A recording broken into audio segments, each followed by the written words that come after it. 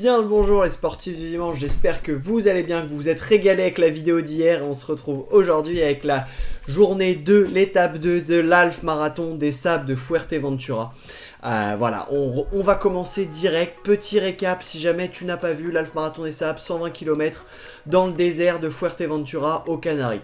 Si jamais tu veux connaître ce qui s'est passé avant et comment j'en suis arrivé là, go voir la vidéo juste avant, le jour 1, la partie 1 de la vidéo. Sinon, on commence tout de suite. Petite info que je ne vous ai pas dite hier, je gardais le petit suspense, mais c'est le moment. J'ai eu un coup de gueule, c'est le moment coup de gueule, on va commencer la vidéo avec un moment coup de gueule. J'aime pas vraiment le faire, du coup j'ai pas envie de le faire là. Je vais vous laisser avec le mois du passé qui hier après-midi, si on se remet dans le contexte, donc lundi en arrivant sur l'après-midi parfaite et tout, en faisant une petite sieste, il se rend compte qu'il a un peu mal au dos, qu'il a un petit truc dans le dos, que ça colle un peu au matelas. Qu'est-ce que c'est? Qu'est-ce qui se passe? Regardez ce petit disclaimer. J'ai oublié de vous dire, je pensais pas qu'on pouvait avoir la haine sur une marque, mais vraiment la haine, hein, je pèse mes mots. Mais pour avoir la haine contre une marque, soi-disant française, éco-responsable, toute la com qui va bien, tu leur achètes un t-shirt, tu l'utilises, et 20 km après, sur les 20 premiers bornes. Et puis t'en fais 120 comme ça, tu fais 120 avec ça dans le dos. J'ai une énorme trace dans le dos, ça va partir en cicatrice à vie je pense, vu l'état du bordel. Merci mon petit Simalp, hein. Il n'y a pas de langue de bois, il n'y a pas de sponsor. Merci Simalp. On est à ça du foutage de gueule à 40 € le t-shirt technique de trail, hein, quand même. 20 km avec un sac à dos là. 20 km. C'est un peu léger, Decathlon fait mieux. Hein. Ouais, c'est pas français, c'est chinois, mais Decathlon fait mieux. C'est une Je pense qu'on peut raisonnablement dire que j'ai la haine. Et je l'ai là, j'ai fini. On avait qu'un t-shirt. Et je voulais vous montrer dans quel état il termine ce t-shirt. Je vous laisse imaginer l'état de mon dos derrière. Voilà, je ne vous ferai pas l'affront de vous montrer ni mes yep ni mon dos. Parce qu'on n'est pas là pour ça, je ne suis pas podologue ni doologue. Du coup, voilà, je vous laisse imaginer là. Fin de la parenthèse sur Simalp, juste déçu. On attaque tout de suite et je vous laisse immédiatement avec des images incroyables et inédites de moi dans le désert à 6 h du matin, gueule dans le cul. On ne peut pas juger, mais les images sont belles juste avant le départ. Et recoucou l'équipe! Deuxième jour, on a super bien dormi. J'ai une gourde qui s'est totalement renversée dans ma tente. Mon duvet il est trempé de chez trempé. Mais on a plutôt bien dormi, on a dormi 8 heures. Et là on va prendre le départ, voilà, vous voyez toutes les frontales. C'est magnifique. C'est juste magnifique, tout le monde sait faire. Le départ, là on a le briefing à 6 h et départ à 6 h 30. Ça va être encore une belle journée et on part pour 54 km. Allez, tchuss, je vous emmène.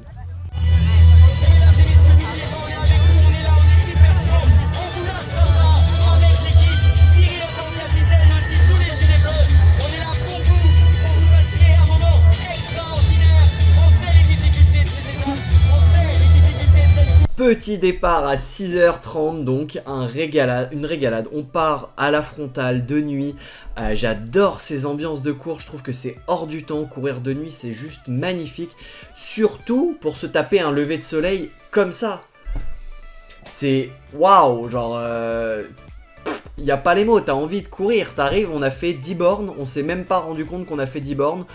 Il est 8h30 quand on a fait 10 bornes, juste waouh, on est prêt pour la journée. Ça c'était la partie facile, plaisante de fou. En plus c'était sur la plage, c'est là où on s'est le plus entraîné, dans le vrai sable de plage. Du coup musculairement ça passe tout seul, on arrive à bien courir, on envoie et tout, on est bien, on est vraiment bien. Le dos qui me gêne un peu, mais quelques contractures qui commencent à apparaître au niveau des trapèzes, mais sinon on est vraiment bien. Tout va bien, on n'a pas encore d'ampoule, on n'a rien. Donc on envoie, premier ravito, on ravitaille en eau, on essaye de mieux boire, j'essaye de mieux gérer l'hydratation que la veille.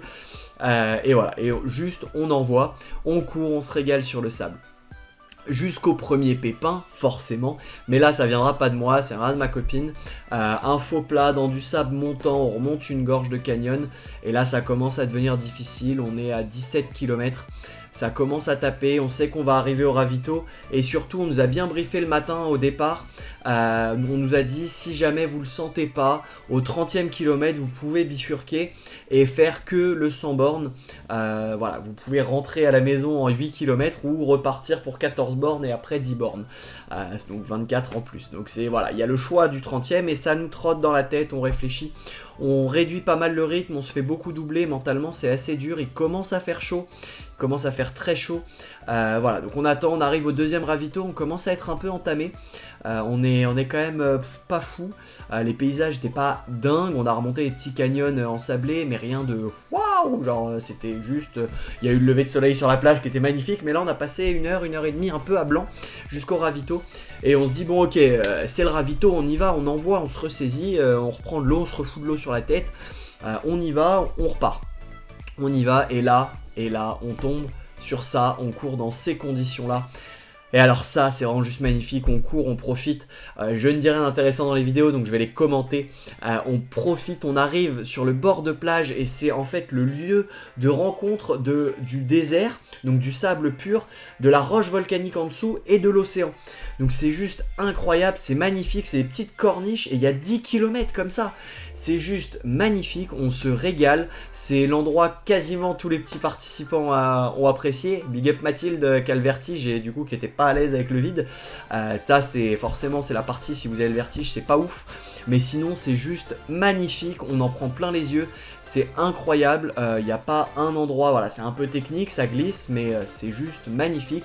Et en plus à ce moment là on croise des collègues et on commence à discuter avec les collègues. Avant on n'était pas dans le mood de discuter, bah de un il faisait nuit, c'est difficile de discuter avec des gens que tu ne vois pas, et après on a été dans le dur. Donc là on commence à se dire, c'est le deuxième ravito, on commence à se dire autant parler avec des gens, on croise des gens qui ont la même allure que nous, on s'accroche avec eux, on discute, on échange et là il y a 6 km qui passent comme ça. La discussion, de partage, voilà, on raconte nos vies, on pense à autre chose, on profite de la beauté des paysages et on arrive au troisième ravito. Là j'annonce à ma copine qu'il va falloir changer les chaussettes, prendre un petit temps pour manger. Et forcément, qui c'est qui a oublié ses petites pattes sur le côté de la tente ce matin à 6h du mat, gueule dans le cul, et qui s'est dit tiens je vais les mettre dans la petite poche là, et qui en fait, la petite poche elle s'est transformée ils sont restés sur le sable devant ma tente. C'est même pas une volonté de m'alléger, puisque j'en avais besoin le midi pour manger froid, donc je me dis tiens je vais mettre de l'eau froide, je vais attendre 30 minutes, et dans 30 minutes je remange. Eh ben non, il fallait faire sans manger, j'avais tout rationné, je pouvais pas manger, je savais pas où est-ce qu'il était, si je l'avais perdu sur le parcours ou à la tente à ce moment-là, je savais un petit peu que je l'avais perdu, enfin j'avais un gros doute sur le fait que je l'avais perdu à la tente. Voilà, du coup faut trouver un système B, C, D, donc improvisé, donc on remange une barre Nutri, on reprend une pomme pote Baou et on compense un peu sur le reste. On sait que le soir on aura un peu plus à manger, que le lendemain on aura des pâtes potentiellement qu'on va retrouver au camp pour pouvoir manger. Mais du coup, voilà, pas de bouffe, ça m'a mis un petit coup au moral de pas avoir à manger. Disons que à ce moment-là, on est assez irritable très rapidement.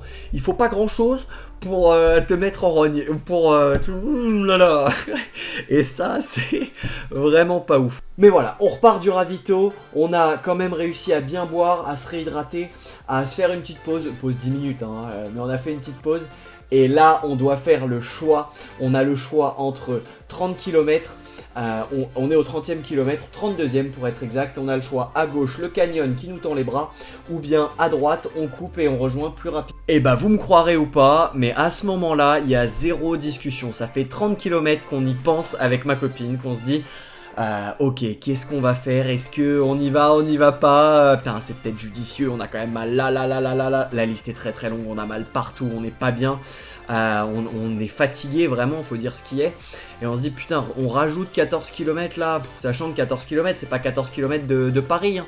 C'est 14 km, tu sais que tu t'es à 4 km/h de moyenne. Donc faire 14 km, t'es parti pour 3h30 de plus, voire 4h s'il y a problème.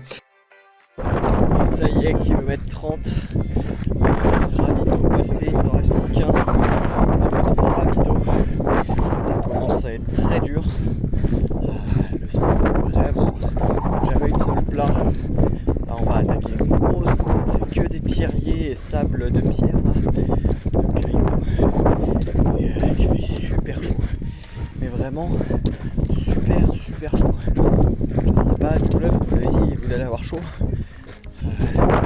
Ah, ça avait un 128 degrés. Ah, ça y est, 37 degrés. Ah, un peu chaud, 37 degrés, c'est... Waouh. Se tartine de crème solaire. Et on y va, on enchaîne, on tient 24, un peu moins de 24 km maintenant. On y va, avec des ampoules, des irritations, des contractures, tout ce que vous voulez. Le corps lâche, mais on va tenir bon, Et derrière, ça va toujours. Ça va toujours. Good vibes, toujours le smile. On est encore là. On va aller au bout, on va aller chercher 620 bornes. Allez, c'est parti, résultat demain. À 14 km dans un canyon à 40 degrés, voire le ressenti montait, je pense, à 45 facile. Il n'y a pas d'air, il n'y a rien, on suffoquait, il y avait toute la chaleur qui était concentrée là, et nous au milieu en train de griller en disant « Donnez-nous de l'eau, c'est n'importe quoi, organisation de merde, ils ont pas mis d'eau !» À ce moment-là, tu détestes tout le monde, mais il faut gérer, tu rationnes, on s'aide, on s'entraide. Il y a eu énormément d'entraide dans ce canyon, tout le monde était en galère, on y est allé. C'était dur pour tout le monde, je crois qu'il n'y a pas beaucoup de trailers qui sont passés par là ou de randonneurs et qui se sont dit « Oh, c'était vraiment agréable ce canyon, j'ai vraiment passé un bon moment !» C'était vraiment un enfer. Mais voilà, on arrive en haut avec ce paysage. Et là, quand même, tu te dis, on est sorti du canyon, le paysage déchire. On a retrouvé un peu de vent. Dès que tu sors du canyon, tu retrouves le vent. Donc la température descend d'un coup. Tu gagnes 10-15 degrés. Tu es un peu en train de transpirer. Donc ça, tout de suite, t'as frais, presque. Et ça fait du bien à ce moment-là. Mentalement, physiquement, tout fait du bien. Et tu te dis, chouette, hein, plus que 6 bornes avant le ravito. Et là, c'est la descente longue, très très longue. Et surtout, on ne voyait pas le ravito. Le ravito est apparu à 200 mètres avant qu'on y soit. Donc genre autant vous dire qu'on était arrivé au ravito quand on l'a vu. Il était vraiment enclavé dans un virage. Du coup on ne pouvait pas se dire tiens plus qu'un kilomètre, plus que 2 kilomètres, il est là-bas le ravito, faut qu'on aille là-bas. On n'avait aucune idée. On s'est dit l'organe nous a fait une surprise. Ils ont décalé au niveau précis. Parce qu'on n'est jamais au courant de la précision GPS. C'est-à-dire qu'autant ils annoncent 14 km. Ça peut être 14 km 900. Et quand tu sais qu'un kilomètre c'est à peu près 15-20 minutes. T'es en mode, s'ils m'ont remis 20 minutes ou 25 minutes dans la tête, j'ai pas trop envie, tu vois. C'est vraiment ça la réflexion que t'as à ce moment-là. Et c'est arrivé sur la première étape où ils avaient annoncé 31 km, on a fait 32 km. Et je t'assure que ces 1 km là, c'est pas comme les 500 mètres que tu cours à Paris ou que tu boucles autour de chez toi. Là, si on te dit tu les fais pas, t'es content de pas les faire. Mais du coup, voilà, on arrive enfin au ravito, on peut se réhydrater en eau, on est content. On les déteste autant qu'on les aime à ce moment-là, les bénévoles. Je tombais sur une petite maman trop mignonne, une espagnole, trop chou d'amour. Elle a commencé à me faire des petits massages avec de l'eau dans la nuque et tout. Je t'en mode, oh, c'est trop cool. Je te détestais il y a 10 minutes parce que t'étais trop loin. Et maintenant, je surkiffe. Elle me mettait de l'eau fraîche dans la nuque et tout. On se remotive avec les autres participants et on y va, on repart. Il reste 10 bornes, on y va, on les mange. Mais là, c'est dur. Très dur, c'est du sable, on retrouve le sable. Là musculairement on est tapé, on est à 45 km. On commence à être tapé bien plus comme il faut. On commence à fatiguer et là on voit, et là pour le coup c'est l'inverse, on voit la ligne d'arrivée. Il y a 5 km avant d'arriver à la ligne d'arrivée. C'est-à-dire il y a plus d'une heure de marche en ligne droite dans le désert. C'est pas très beau, il n'y a rien à voir, c'est monotone, tout droit et t'y vas. Et voilà, dans le désert encore, ça n'a pas bougé. Il nous reste 6,5 km pour arriver. Un calvaire. Un calvaire. Il y a une étape à 14 km sans eau, on était à sec, on a fait 6 km à sec. À sec complet, c'est-à-dire qu'on a bu sur 8 km, on a bu 1,5 litre d'eau. C'était un canyon, il faisait 35 degrés, pas d'air. C'était insupportable. Mais bon, ça en est sorti. C'est accroché, c'était pas simple. Vraiment dur cette étape, on a puisé. Content. Alors on arrive, je vous prends quand on est arrivé au camp, je vous ferai un débrief à chaud quand on verra la ligne d'arrivée. Tout de suite. Et là, autant te dire que la ligne d'arrivée, tu la désires, tu l'attends, tu la veux. Et on regardait nos montres, putain, plus de 4 bornes, putain, plus de 3 bornes 500. Et comme ça tient. Et on y va, on tient au mental, on tient. On arrive même à relancer, on relance 1 km, on recroise Julie Hutto, la sœur de Justine Hutto, en tongs, en train d'en chier, elle a 8 ampoules, elle est en train de finir, on la remotive, on y va, on lance. Et ils nous ont rajouté un petit 500 mètres. On s'est encore mangé 500 mètres. Le panneau dernier kilomètre arrive pas au bon moment. Mais c'est pas grave, on a relancé, on recourt. Alors on trottine, hein, vraiment, faut voir ce qui est. Dans nos têtes, on est en sprint. Dans la vérité, on est comme Gimli dans Le Seigneur des Anneaux. J'espère que t'as la ref. Mais ça ressemble plus à ça. On arrive enfin sur cette ligne d'arrivée. On est content, on fait le bisou, la photo. C'est fini. Et là, en fait, ce qu'on n'avait pas capté, c'est que le camp, c'est tempête de sable. Les tentes, elles sont littéralement comme ça. Et là, quand t'arrives et que tu vois du sable, et encore, on a de la chance, on est arrivé 2 jours. Il y en a qui l'ont découvert de nuit, c'est-à-dire qu'en plus, t'as qu'une envie, c'est de manger, dormir. Nous, on l'a découvert 2 jours. On savait qu'on avait 2 heures avant que le soleil se couche pour cuisiner 2 jours et tout. Mine de rien, le soleil, t'es content de l'avoir. Et là, tu vois ta tente comme ça, ta tête qui se décompose. On l'a fait en 10h50, donc 10h50 d'effort. T'as le sac à dos qui te scie les épaules, t'es crevé, t'en peux plus, t'es en déshydratation, t'as faim. Moi j'ai pas mes pâtes, je vous rappelle que j'ai pas mangé mon plat du midi. Donc genre j'ai faim, j'ai un peu les crocs, j'ai hâte de me poser avec mon réchaud. Et là tu vois ta tente ensevelie, c'est vraiment enseveli sous le sable qui est rentré par les fenêtres à l'intérieur de la tente. T'as du sable de partout, il y a du vent, du sable, tempête de sable. Et en fait on s'est dit chouette, le jour de repos ça va être comme le premier jour, il va faire 35 degrés, on va être bien, on va pouvoir papoter avec les autres, on va pouvoir discuter, échanger. Il y avait un petit abri avec de l'ombre, on va tous se retrouver là-dessous.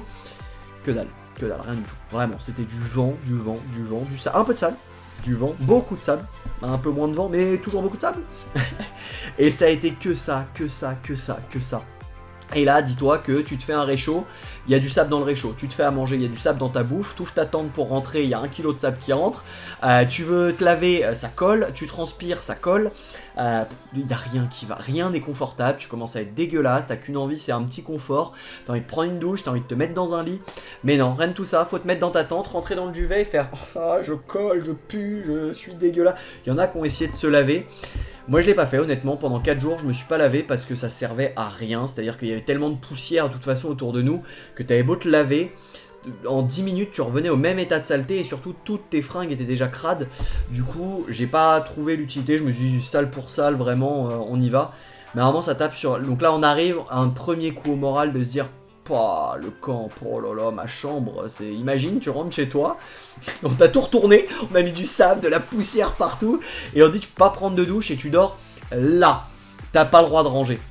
Et t'es en mode, ok. Ça vraiment c'était un coup dur, heureusement j'avais les gars de la chambrée qui étaient cool, et là il y avait une bonne ambiance, on fait des blagues, on rigole, on prend à la légère, on se dit on est tous dans la même merde, faut y aller. De toute façon, on a déjà fait 32, on a déjà fait 54, c'est pas parce qu'il y a du sable et du vent que je vais m'arrêter maintenant, c'est pas le sable et le vent qui vont me faire abandonner alors que je suis venu pour parcourir 120 bornes. Et du coup tu tiens bon, tu serres les dents, tu dors, on a très mal dormi parce qu'il faut se dire que la tente bouge, elle est fixée au sol, mais elle bouge quand même un peu. Et bah ça remet la poussière en suspension dans ta tente, donc t'as des crottes de nez qui sont incroyables. Rien n'est confortable, t'as les cacadieux, pareil, tu sors des trucs, t'es en mode waouh.